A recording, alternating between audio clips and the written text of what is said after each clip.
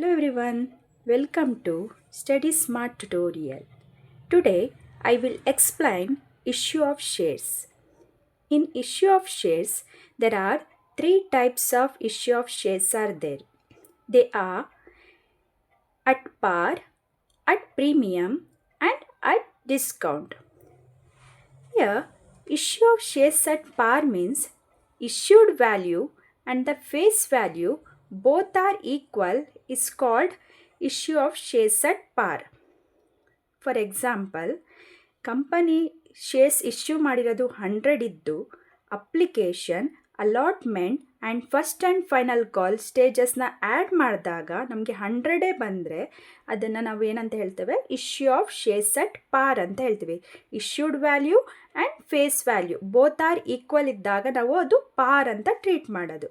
ಅದೇ issue of shares at premium ಅಂತ ಹೇಳಿದ್ರೆ ಇಶ್ಯೂಡ್ ವ್ಯಾಲ್ಯೂಗಿಂತ ಫೇಸ್ ವ್ಯಾಲ್ಯೂ ಎಕ್ಸೆಸ್ ಇರುತ್ತೆ. ಎಕ್ಸೆಸ್ ಅಂತ ಹೇಳಿದ್ರೆ 10 ರುಪೀಸ್ 2 ರುಪೀಸ್ 1 ರುಪೀಸ್ ಆ ರೀತಿಯಲ್ಲಿ ನಮಗೆ ಎಕ್ಸೆಸ್ ಅಮೌಂಟ್ ಬಂದಾಗ ನಾವು ಅದನ್ನು ಪ್ರೀಮಿಯಮ್ ಅಂತ ಹೇಳ್ತೇವೆ. ಫಾರ್ ಎಕ್ಸಾಂಪಲ್ ಇಲ್ಲಿ ನೋಡಿ 20 on application 40 on allotment and 50 on allotment 40 on first and final ಕಾಲ್ ಇದೆ. ಇದನ್ನು ಆ್ಯಡ್ ಮಾಡಿದ್ರೆ ನಮ್ಗೆ ಎಷ್ಟು ಬರುತ್ತೆ 110. Year 10 rupees is the premium amount. So ಇದನ್ನು ನಾವು issue of shares at premium ಅಂತ ಹೇಳೋದು. ಅದೇ issue of shares at discount ಅಂತ ಹೇಳಿದ್ರೆ ಇಶ್ಯೂಡ್ ವ್ಯಾಲ್ಯೂ 100 ಇದ್ದು ಫೇಸ್ ವ್ಯಾಲ್ಯೂಸು ಲೆಸ್ ದ್ಯಾನ್ 100 ಬಂದಾಗ ಅದನ್ನು ನಾವು ಏನಂತ ಟ್ರೀಟ್ ಮಾಡ್ತೇವೆ issue of shares at discount ಅಂತ ಹೇಳ್ತೇವೆ. ಸೊ ಈಗ ನಮಗೆ ಎಕ್ಸಾಮಲ್ಲಿ ನಮಗೆ 12 ಮಾರ್ಕ್ಸ್ಗೆ ರೆಗ್ಯುಲರ್ ಆಗಿ ಇಂಪಾರ್ಟೆಂಟ್ ಕೇಳೋಂಥ ಸಮ್ ಯಾವುದು ಅಂತ ಹೇಳಿದ್ರೆ premium with forfeited. Okay, so ಈಗ ಪ್ರೀಮಿಯಮ್ ವಿತ್ ಫರ್ಫೀಟೆಡ್ ಇಲ್ಲಿ ನಾನು ಒಂದು ವರ್ಡ್ ಯೂಸ್ ಮಾಡ್ತಾ ಇದ್ದೀನಿ ಫರ್ಫೀಟೆಡ್ ಅಂತ ಹೇಳಿ. ಈ ಫರ್ಫೀಟೆಡ್ ಅಂದರೆ ಏನು? ಫರ್ಫೀಟೆಡ್ ಅಂದರೆ the cancellation of the shares is called as an forfeited. Okay, ಒಂದು ಶೇರ್ಸು ಕ್ಯಾನ್ಸಲ್ ಆದಾಗ ಯಾವ ಸ್ಟೇಜಲ್ಲಿ ನಾವು ಜರ್ನಲ್ ಎಂಟ್ರಿನ ಪಾಸ್ ಮಾಡಬೇಕು ಅಂತ ಒಂದು ಸಮ್ ತಗೊಂಡಿದ್ದೇನೆ. So for example a company limited issued 5,000 equity shares of rupees 100 each at a premium 10%, 20 on application, 40 on allotment including premium, 40 on first and final call. All the shares were subscribed and money duly received except first and final call on 200 shares held by Dinesh. These shares were forfeited and reissued to Mahesh at rupees 80 per share. Pass the necessary journal entries. ನಮಗೆ 12 ಮಾರ್ಕ್ಸಲ್ಲಿ ಯಾವಾಗಲೂ ಕೂಡ premium with forfeited or over subscription with forfeited. So rare ಆಗಿ ನಮಗೆ ಪಾರ್ with forfeited ಕೇಳೋಂಥ chances ಇರುತ್ತೆ. ಈ premium with forfeited ಕೇಳಿದಾಗ ನಮಗೆ ಇಲ್ಲಿ ಕಾಂಪೌಂಡ್ ಜರ್ನಲ್ ಎಂಟ್ರಿ ಬರುತ್ತೆ. ಸೊ ಈ ಕಾಂಪೌಂಡ್ ಜರ್ನಲ್ ಎಂಟ್ರಿ ಅಂದರೆ ನಿಮಗೆ ಆಲ್ರೆಡಿ ಗೊತ್ತಿರುತ್ತೆ ಬೇಸಿಕ್ಕಲ್ಲಿ. ಸೊ ಕಾಂಪೌಂಡ್ ಜರ್ನಲ್ ಎಂಟ್ರಿ ಅಂತ ಹೇಳಿದ್ರೆ 2 or more account should be debited, 1 account should be credited. That entry is called as an compound journal entry ಅಂತ ಹೇಳೋದು. So ಈಗ ನಾವು ಎಂಟ್ರೀಸ್ನ ಪಾಸ್ ಮಾಡಬೇಕಾದ್ರೆ ಒಂದೊಂದು ಸ್ಟೇಜ್ಗೆ ನಮಗೆ ಎರಡೆರಡು ಎಂಟ್ರಿನ ಪಾಸ್ ಮಾಡ್ಕೊಂಡು ಬರಬೇಕಾಗಿರುತ್ತೆ. ಫಾರ್ ಎಕ್ಸಾಂಪಲ್ ಇಲ್ಲಿ ನೋಡಿ ಅಪ್ಲಿಕೇಶನ್ ರಿಸೀವ್ಡು ಆ್ಯಂಡ್ ಟ್ರಾನ್ಸ್ಫರ್ ಜರ್ನಲ್ನ ಪಾಸ್ ಮಾಡಬೇಕು. ಅದೇ ಅಲಾಟ್ಮೆಂಟ್ ಸ್ಟೇಜಲ್ಲಿ ಬಂದರೆ ಫಸ್ಟು ಡ್ಯೂಗೆ ಜರ್ನಲ್ನ ಪಾಸ್ ಮಾಡಬೇಕು, ನೆಕ್ಸ್ಟು ರಿಸೀವ್ಡ್ಗೆ ಜರ್ನಲ್ನ ಪಾಸ್ ಮಾಡಬೇಕಾಗಿರುತ್ತೆ. ಫಸ್ಟ್ ಆ್ಯಂಡ್ ಫೈನಲ್ ಕಾಲಲ್ಲಿ ಬಂದಾಗ ಡ್ಯೂ ಆ್ಯಂಡ್ ರಿಸೀವ್ಡ್ಗೆ ಜರ್ನಲ್ನ ಪಾಸ್ ಮಾಡಬೇಕು.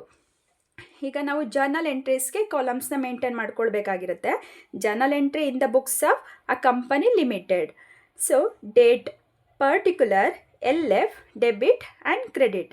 ಫಸ್ಟ್ ಯಾವಾಗಲೂ ಕೂಡ ನಾವು ಅಪ್ಲಿಕೇಶನ್ಗೆ ಜರ್ನಲ್ನ ಪಾಸ್ ಮಾಡಬೇಕು.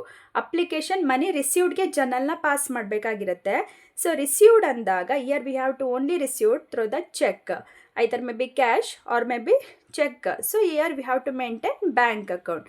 Bank account debited to equity share. ಇದು ತುಂಬಾ ಇಂಪಾರ್ಟೆಂಟ್ ಆಗಿರುತ್ತೆ. ಸಮ್ಮಲ್ಲಿ ನಿಮಗೆ ಈಕ್ವಿಟಿ ಶೇರ್ಸ್ ಅಂತ ಕೊಟ್ಟಿದ್ರೆ ಈಕ್ವಿಟಿ ಶೇರ್ಸ್ನ ಮೆನ್ಷನ್ ಮಾಡಿ, ಪ್ರಿಫರೆನ್ಸ್ ಅಂತ ಕೊಟ್ಟಿದ್ರೆ ಪ್ರಿಫರೆನ್ಸ್ ಶೇರ್ಸ್, ಯಾವುದೂ ಶೇರ್ಸ್ ಕೊಟ್ಟಿಲ್ಲ ಅಂದರೆ ಜಸ್ಟ್ ಶೇರ್ಸ್ ಅಂತ ಹೇಳಿ ಮೆನ್ಷನ್ ಮಾಡಬೇಕು. ಇದಕ್ಕೂ ಕೂಡ ನಮಗೆ ಮಾರ್ಕ್ಸ್ ಇಲ್ಲಿ ಕಟ್ ಆಗೋಂಥ ಚಾನ್ಸಸ್ ಇರುತ್ತೆ. ಈಗ ಈ ಸಮ್ಮಲ್ಲಿ ಈಕ್ವಿಟಿ ಶೇರ್ಸ್ ಅಂತ ಕೊಟ್ಟಿದ್ದಾರೆ, ಅದಕ್ಕೆ to equity share application account. Issued values ಎಷ್ಟಿರೋದು 5000 ಇದೆ. ಈ 5000ಗೆ 20 ರೂಪೀಸ್ನ ನಾವು ಮಲ್ಟಿಪ್ಲೈ ಮಾಡಬೇಕು. ಟೋಟಲ್ ಎಷ್ಟು ಬರುತ್ತೆ? 1 lakh ಬರುತ್ತೆ. ಇದನ್ನು ನಾವು being equity share application money received ಅಂತ ಹೇಳಿ ಜರ್ನಲ್ನ ಪಾಸ್ ಮಾಡಬೇಕು. ನೆಕ್ಸ್ಟು ಅಪ್ಲಿಕೇಶನ್ ಮನಿ ರಿಸೀವ್ಡ್ ಆದಮೇಲೆ ನಾವು ಯಾವ ಎಂಟ್ರಿ ಪಾಸ್ ಮಾಡಬೇಕು? ಟ್ರಾನ್ಸ್ಫರ್ಗೆ ಜರ್ನಲ್ ಎಂಟ್ರಿನ ಪಾಸ್ ಮಾಡಬೇಕು. ಸೊ ಮನಿ ರಿಸೀವ್ಡ್ ಆಗಿದೆ, ಆ ಮನಿನ ನಾವು ಕ್ಯಾಪಿಟಲ್ಗೆ ಟ್ರಾನ್ಸ್ಫರ್ ಮಾಡ್ತಾ ಇದ್ದೇವೆ. So equity share application account debited to equity share capital account 5000 into 20 1 lakh. Each ಸ್ಟೇಜಸ್ಸಲ್ಲಿ ನಮಗೆ 2 ಜರ್ನಲ್ ಎಂಟ್ರೀಸ್ನ ಪಾಸ್ ಮಾಡ್ತಾ ಬರಬೇಕು. ಸೊ ಈಗ ಏನು ನರೇಷನ್ ಬರೀಬೇಕಾಗಿರುತ್ತೆ? Being equity share application money transfer to equity share capital account. ಇದು ಅಪ್ಲಿಕೇಶನ್ ಸ್ಟೇಜದು ಜರ್ನಲ್ ಎಂಟ್ರಿ ಆಯಿತು. ನೆಕ್ಸ್ಟು ಅಲಾಟ್ಮೆಂಟ್ಗೆ ಬರಬೇಕು. ಸೊ ಇದು ಪ್ರೀಮಿಯಮ್ ಸಮ್ ಆಗಿರೋದ್ರಿಂದ ನಮಗೆ ಇನ್ಕ್ಲೂಡಿಂಗ್ ಪ್ರೀಮಿಯಮ್ ಅಂತ ಕೊಟ್ಟಿದ್ದಾರೆ. ಸೊ ಎಲ್ಲಿ ಇನ್ಕ್ಲೂಡಿಂಗ್ ಪ್ರೀಮಿಯಮ್ ಅಂತ ಇರುತ್ತೆ ಆಗ ಕಾಂಪೌಂಡ್ ಜರ್ನಲ್ ಎಂಟ್ರಿ ಬರುತ್ತೆ. ಅದೇ ಇನ್ಕ್ಲೂಡಿಂಗ್ ಪ್ರೀಮಿಯಮ್ ಕೊಟ್ಟಿಲ್ಲ ಅಂದಾಗ ನೀವು ಇಶ್ಯೂಡ್ ವ್ಯಾಲ್ಯೂ ಫೇಸ್ ವ್ಯಾಲ್ಯೂನ ನೋಡಿ ಅದು ಪಾರ್ ಸಮ್ ಆಗಿರುತ್ತೆ. ಓಕೆ, ಸೊ ಈಗ ಇಲ್ಲಿ ಇನ್ಕ್ಲೂಡಿಂಗ್ ಪ್ರೀಮಿಯಮ್ ಕೊಟ್ಟಿರೋದ್ರಿಂದ ನಾವು ಪ್ರೀಮಿಯಮ್ಗೆ ಜರ್ನಲ್ನ ಪಾಸ್ ಮಾಡಬೇಕು. ಫಸ್ಟು ಅಲಾಟ್ಮೆಂಟ್ ಸ್ಟೇಜಲ್ಲಿ ಯಾವುದಕ್ಕೆ ಜರ್ನಲ್ ಪಾಸ್ ಮಾಡಬೇಕು? ಡ್ಯೂ ಎಂಟ್ರೀಸ್ನ journal pass ಮಾಡಬೇಕಾಗಿರುತ್ತೆ.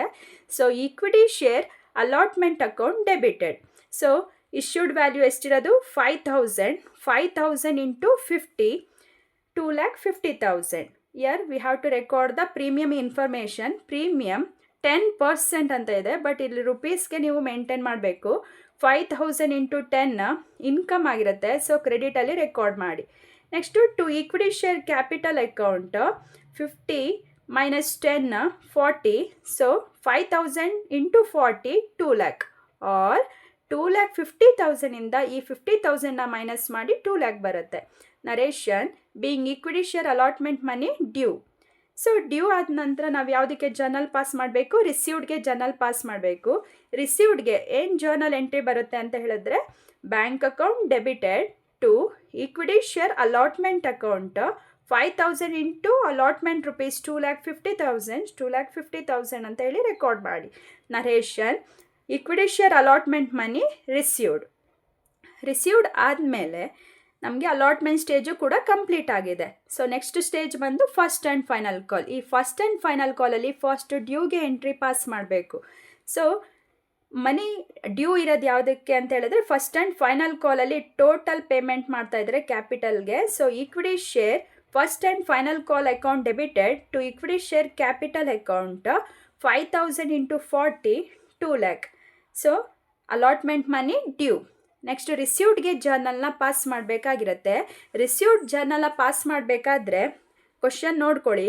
All the shares for subscribed. ಎಲ್ಲ ಸ್ಟೇಜಸಲ್ಲೂ ಕೂಡ ಮನಿ ರಿಸೀವ್ಡ್ ಆಗಿದೆ ಎಕ್ಸೆಪ್ಟ್ ಅಂದರೆ ಫೈನಲ್ ಕಾಲಲ್ಲಿ ನಮಗೆ 200 ಶೇರ್ಸ್ ರಿಸೀವ್ಡ್ ಆಗಿಲ್ಲ. ಸೊ ಆಗ ನಾವು bank account debited to equity share first and final call account ಎಂಟ್ರೀಸಲ್ಲಿ ಏನೂ ಚೇಂಜಸ್ ಆಗೋದಿಲ್ಲ, ಅಮೌಂಟಲ್ಲಿ ಚೇಂಜಸ್ ಆಗುತ್ತೆ. So 5000 minus 200. 5000 ಕ್ಯಾಶ್ನ ರಿಸೀವ್ ಮಾಡಬೇಕಾಗಿತ್ತು, ಬಟ್ ಇಲ್ಲಿ ಎಕ್ಸೆಪ್ಟ್ ಆಗಿದೆ 200. ಆ 200ನ ಮೈನಸ್ ಮಾಡಿ 4800 ಇಂಟು 40 1,92,000. ಓಕೆ, ಇದನ್ನು ನಾವು first and final call money received. ಇದು ತುಂಬಾ ಇಂಪಾರ್ಟೆಂಟ್. ಈ 200ನ ನಾವು ಕಾಲ್ಸ್ ಇನ್ ಅರಿಯರ್ಸ್ ಅಂತ ಹೇಳ್ತೇವೆ. ಸೊ ಕಾಲ್ಸ್ ಇನ್ ಅರಿಯರ್ಸ್ ಮೀನ್ಸ್ ಇಲ್ಲಿ ಫೇಸ್ ಟು ಪೇ ಆಗಿದೆ ಮನಿ at the stage of first and final ಕಾಲಲ್ಲಿ. ಸೊ ಈ ಕಾಲ್ಸ್ ಇನ್ ಅರಿಯರ್ಸ್ ಇದ್ದು ರೀಇಶ್ಯೂ ಇದ್ದಾಗ ನಾವು ಫರ್ಫಿಟೆಡ್ಗೆ ಜರ್ನಲ್ನ ಪಾಸ್ ಮಾಡಬೇಕಾಗಿರುತ್ತೆ. ಸೊ ಇಷ್ಟು 6 ಎಂಟ್ರೀಸ್ 3 ಸ್ಟೇಜಸ್ಗೆ ನಾವು ಮಾಡಿದ್ದಾಯಿತು. ಓಕೆ, ನೆಕ್ಸ್ಟು ಫರ್ಫಿಟೆಡ್ಗೆ ಜರ್ನಲ್ನ ಪಾಸ್ ಮಾಡಬೇಕು. ಸೊ ಈ ಫರ್ಫಿಟೆಡ್ ಜರ್ನಲ್ ಎಂಟ್ರೀಸ್ ಅಂದಾಗ ನಮಗೆ ಫಸ್ಟು ಫರ್ಫಿಟೆಡ್ ಅಂದರೆ the cancellation of shares. So ಈಗ ನಮಗೆ ಕ್ಯಾನ್ಸಲ್ ಆಗಿರೋದು ಯಾವ ಸ್ಟೇಜಲ್ಲಿ? ಫಸ್ಟ್ ಆ್ಯಂಡ್ ಫೈನಲ್ ಕಾಲಲ್ಲಿ 200 ಶೇರ್ಸ್ ರಿಸೀವ್ಡ್ ಆಗಿಲ್ಲ. ಓಕೆ, ಸೊ ಈಗ ನಾವು ಕ್ಯಾಪಿಟಲ್ಗೆ 200 ಶೇರ್ಸ್ ಬಂದಿಲ್ಲ. So equity share capital account debited 200 into total issued value ಎಷ್ಟಿದೆ? 200 ಇಂಟು 100 20,000. ಸೊ ಯಾವ ಸ್ಟೇಜಲ್ಲಿ ನಮಗೆ ಎಕ್ಸೆಪ್ಟ್ ಆಗಿರೋದು? ಅಪ್ಲಿಕೇಶನ್ನ ಅಲಾಟ್ಮೆಂಟ? ಸೊ ಸಮ್ಮಲ್ಲಿ ಕ್ಲಿಯರಾಗಿ ಮೆನ್ಷನ್ ಮಾಡಿದ್ದಾರೆ, except the first and final call money ಅಂತ ಹೇಳಿ. ಸೊ ಅಂದರೆ ಫಸ್ಟ್ ಆ್ಯಂಡ್ ಫೈನಲ್ ಕಾಲ್ ಮನಿಲಿ ರಿಸೀವ್ಡ್ ಆಗಿಲ್ಲ. So 200 into first and final call rupees 40. So 200 into 40 8000.